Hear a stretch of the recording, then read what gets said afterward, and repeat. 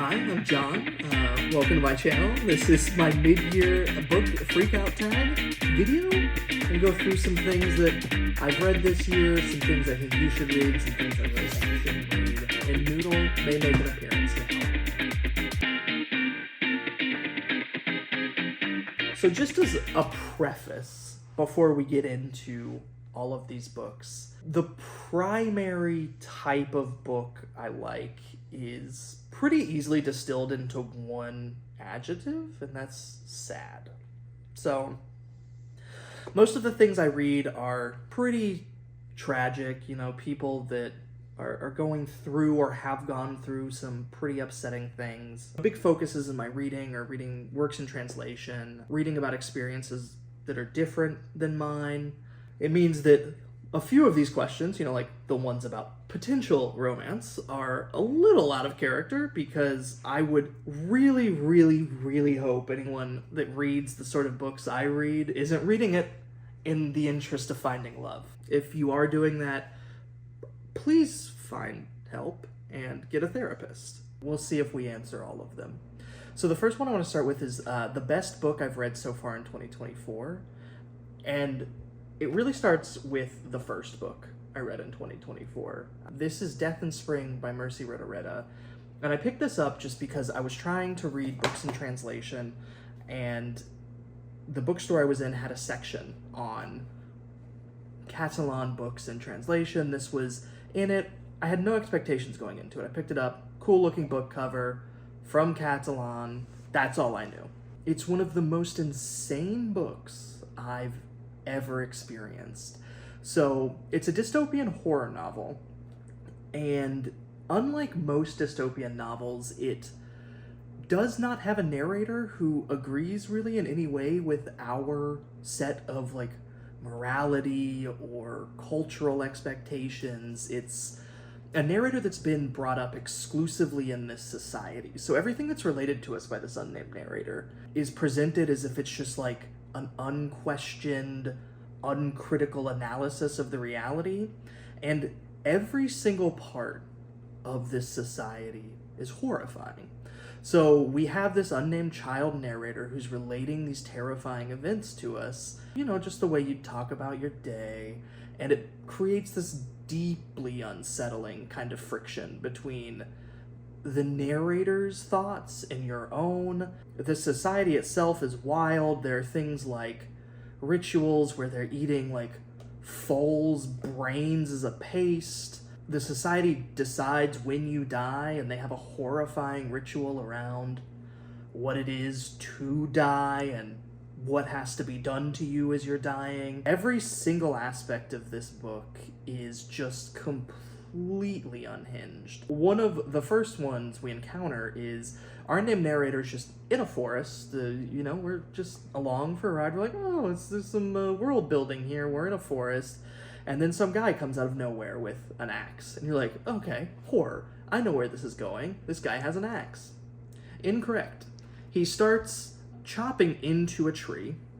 He pulls out the insides of the tree, pulls back the bark, and then puts himself inside of the tree, closes it again, and then this kid leaves to go talk to an elder. When he gets to town, everyone starts freaking out. You don't really know what's going on. We follow them out to this tree. They drag the guy out. They pour cement down his throat, and then they put him back in the tree. Because that's how you die in this society, is if you aren't sealed with cement, your soul just disappears and you become one of the evil Caramans. It's the justification for a lot of ritualistic behavior in this book. Believe me when I say it only gets more unhinged from there. So I think everyone should read this, but I think you should go in with the expectation that it is absolutely bonkers. That's what I have to say about this. Another book I read and really liked was The Door by Magda Szabo. This is a book that's pretty hard to describe. It's about the relationship between two women. Our narrator, who is eponymously named Magda, and her housekeeper Immerance. And, describing the relationship, you might have some idea of the kind of power structures that are going on here, the dynamics between employer and employee. That's not the case here. Immerance is fully in charge of everything and everyone in this novel. And while we do investigate a little bit the relationship between Magda and Immerance, it's mainly a slow unraveling of the history of Immerance and piecing together the parts of her history and her story that she's given to people in her life. And you'll probably notice a trend here. Immerance's life is absolutely horrifying. Her life, again, starts off with, tragic loss of family and only goes downhill from there until one of the most terrifying endings I've ever seen in a book. Just a complete and utter loss of humanity. It's really, really heartbreaking.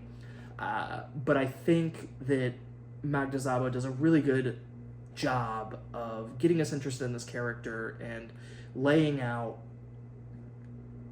just the development of somebody that is completely defined by the tragedies in her life. I think it's really beautifully written. It's another one where I didn't have a lot of expectations. I went in and people were like, it's good. So it's like, it's going to be good. But I don't think I could have been prepared for what was coming. This is also another book that I read just as an attempt to get some more literature and translation, and Magda Szabo is a Hungarian writer. And there's a little bit of political history in here, but it really is mainly the story of Immerance. I don't know if I would recommend it if what you're looking for is to get a good idea of Hungary and its society, because not a lot going on here besides us discovering the kind of mythical life of Immerance. I loved it. It was an incredible book. It takes you through the whole gamut of emotions. It's a kind of toxic relationship that borders on parent-child. I don't know. It just really pulls a lot out of you. You experience a lot going through this book. It's beautifully written. It's beautifully translated. I mean, the style really carries through. I think every part of this book is pretty perfectly executed. I wouldn't go into it if you're looking for a happy time, but I do think it is a really good read if what you're trying to do is just feel something. So the next one is the best sequel I've read in 2024, and this is kind of just answered by default. The best sequel I read in 2024 is Guards, but it's not really a book I love. I just don't read a lot of series, so sequels are hard to come by. My impressions on Guards is it's pretty funny, but it's primarily a humorous book. That's not really what I look for, especially in my fantasy. It just doesn't do a ton for me. I did really like some of the characters, like Carrot having no concept of human society despite being a human. Very funny to me. Him memorizing all of the laws of the city, but they're outdated by 200 some odd years. That's classic. Love it. Errol flies by farting. Otherwise, all of the things, all the interstitial pieces kind of connecting these things don't do a lot for me. Maybe if I were to read more of the kind of Night's Watch subsection of Discworld, it would do more for me, but really just kind of meh for me. I think I gave it 3 stars. I don't know, if you like Terry Pratchett, if you like Neil Gaiman, it's probably something you'd be into, just not really my cup of tea. New release you haven't read but want to. So, I'm going to be honest, Martyr by Kaveh Akbar. I bought this mainly because I thought the cover looked cool. But, reading the dust jacket, it sounds kind of like it's got big sad boy energy. It tries to mix in a little bit of humor. It seems like the narrator in here has just lived a pretty horrendous life, just studded with tragedy. So kind of up my alley. And on top of that, pretty cover. So I'm excited to read it. It's got good reviews. I don't know a ton about it outside of what's in the dust jacket, which I think is kind of how you should go into books. But I am excited. This is definitely on my list. Not one of the ones I'm reading for, books in translation. It's just written by an Iranian-American author, so not going to check off any kind of foreign translation boxes, but I am excited to read it. Okay, my biggest disappointment is this piece of garbage. Hard 1 star. If you liked it, definitely let me know why. There's probably something I missed, but it really, really, really disappointed me. I picked it up and I set it aside and I was like, this is a book I'm going to read if I ever get stuck in a reading slump or need something to break up the monotony. I was very into it. The synopsis of it's awesome. It's like, oh, we're investigating the kind of realities of a changing community, of the interaction between, marginalized communities like the Jewish population, the Black population in this town. It also promises the intrigue of like a murder mystery because there's a body found.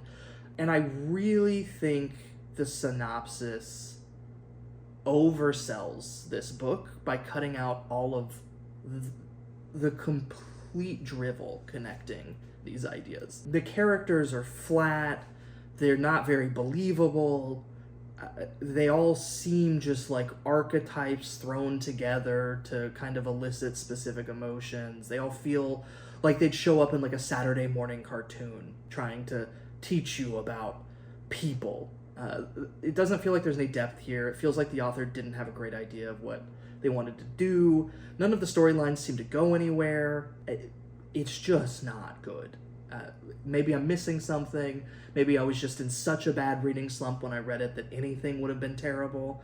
But I hated this book, which is sad because I was going into it expecting, 4, 4.5, 5.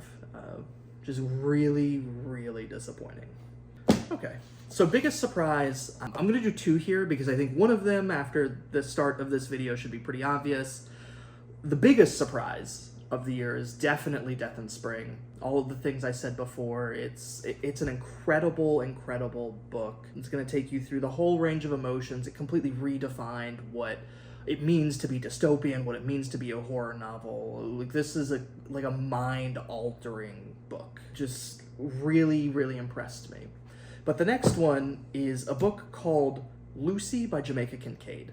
And it is the story of a young woman that comes to America to try and branch out into her own personality, her own kind of definition of life. The reason this surprised me is because the author's from Antigua.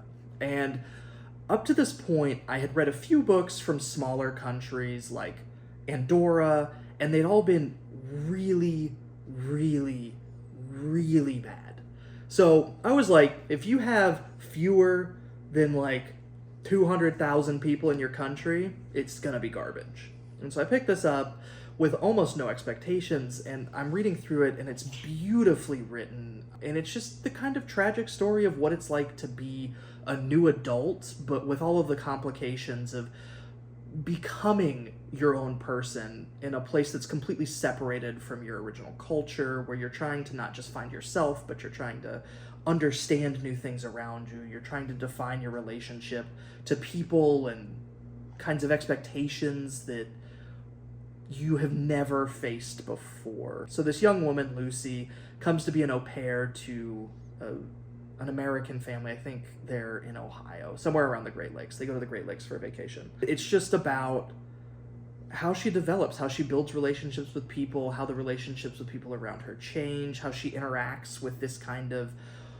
relatively well-off white family, and how the relationship with them changes depending on how willing she is to serve them. I think it's a really good book, and it really impressed me just because I was like, there aren't a lot of people in Antigua. This is gonna be bad. Andorra was the worst book I've ever read in my life.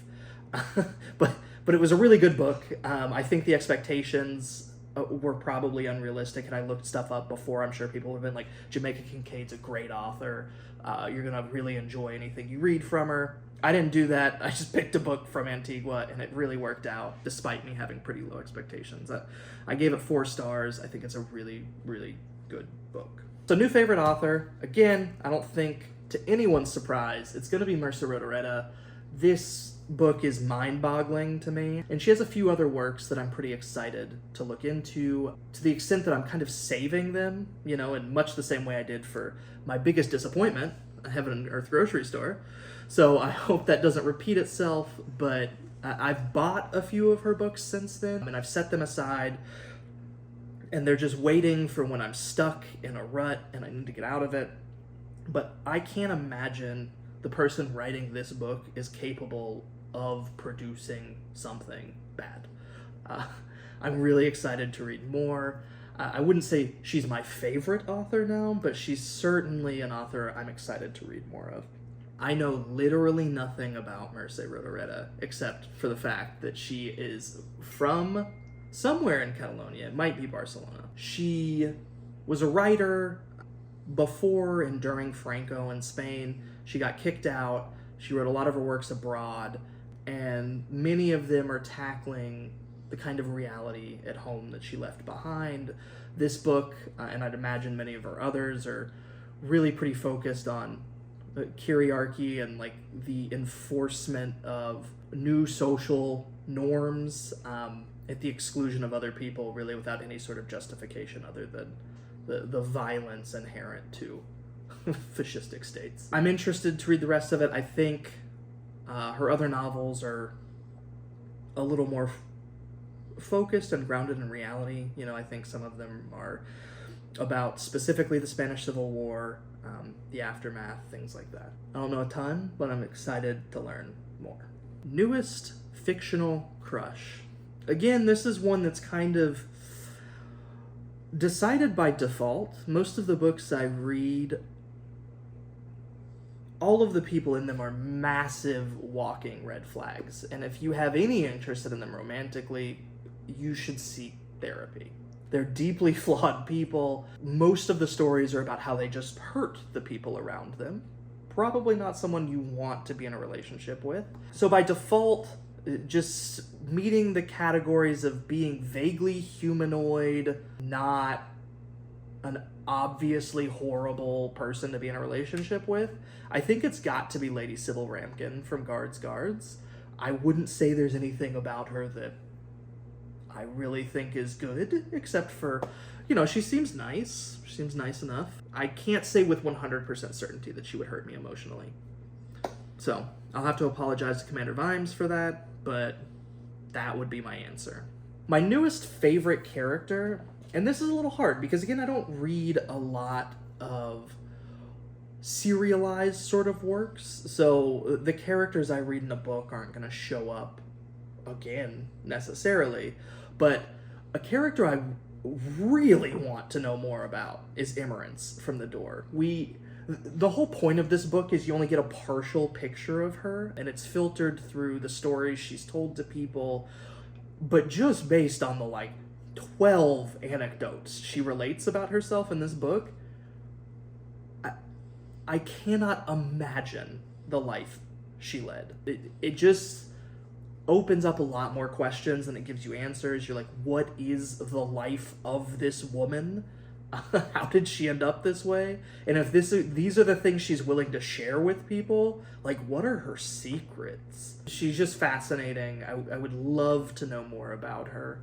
I think it was cruel by Magda Szabo to give us this kind of 250-page novel, where at the end of it, you just want to know more. I would read hundreds, if not thousands, of pages more about Emerence just to understand the character a little bit better.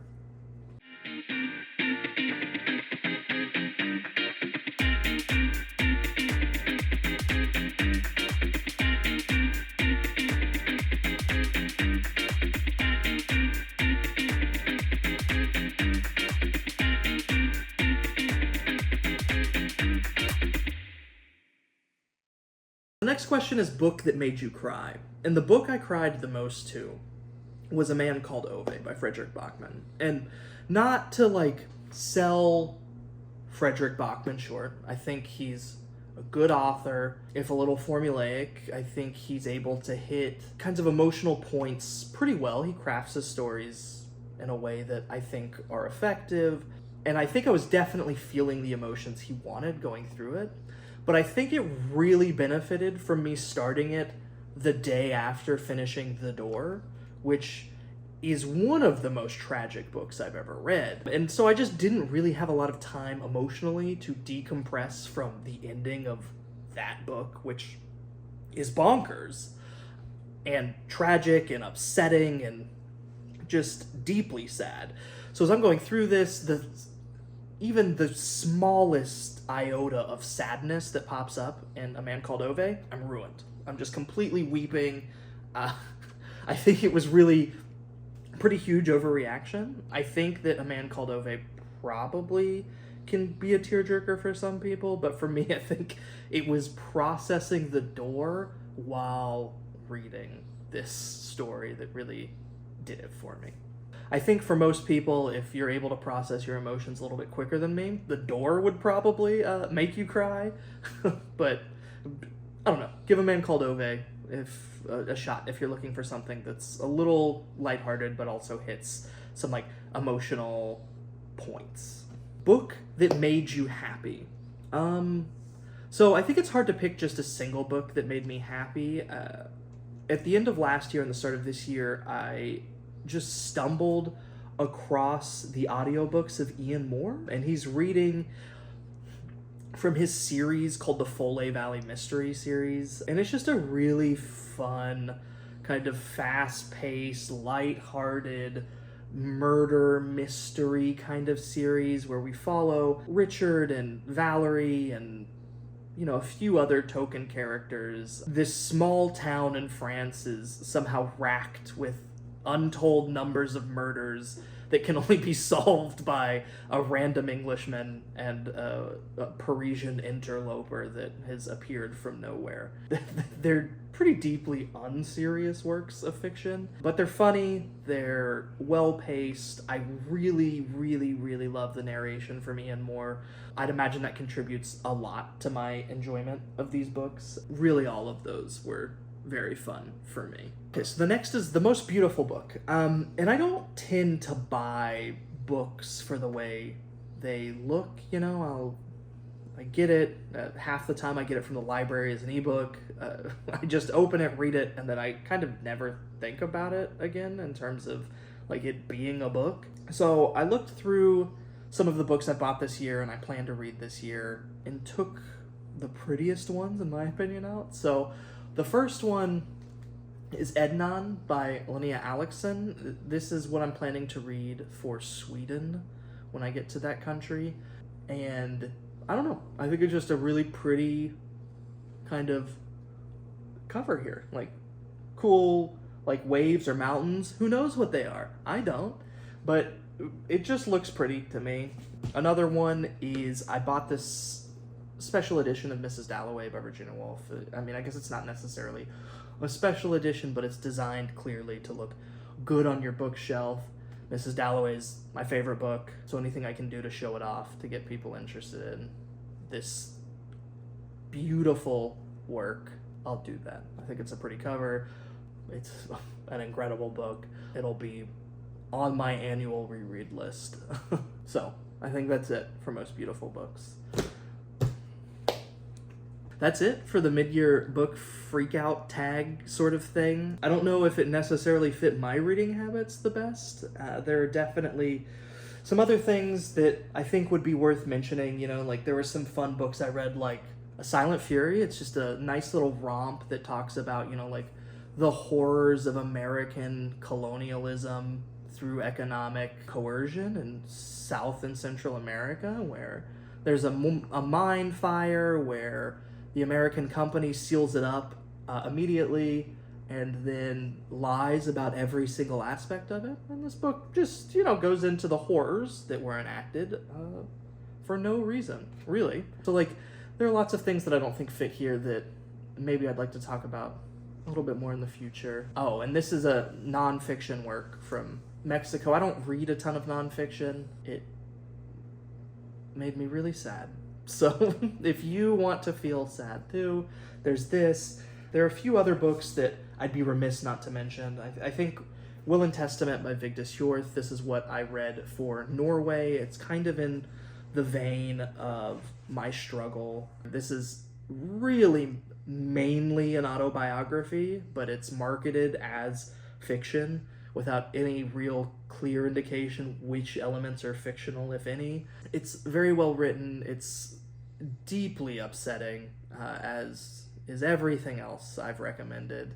Um, but, this is about our author, the narrator, Vigdis Hjorth, going through the process of the death of her father, the reading of the will, how things are allocated, dealing with that, but also dealing with the fact that she's been estranged from her family, and what happens when discussions about what caused that estrangement start to arise in this process. It's really, really sad.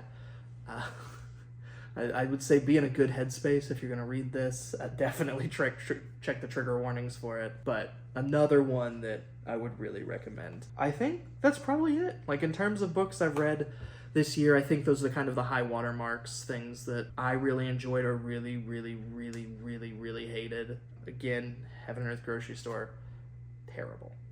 And that's what I'll leave you with.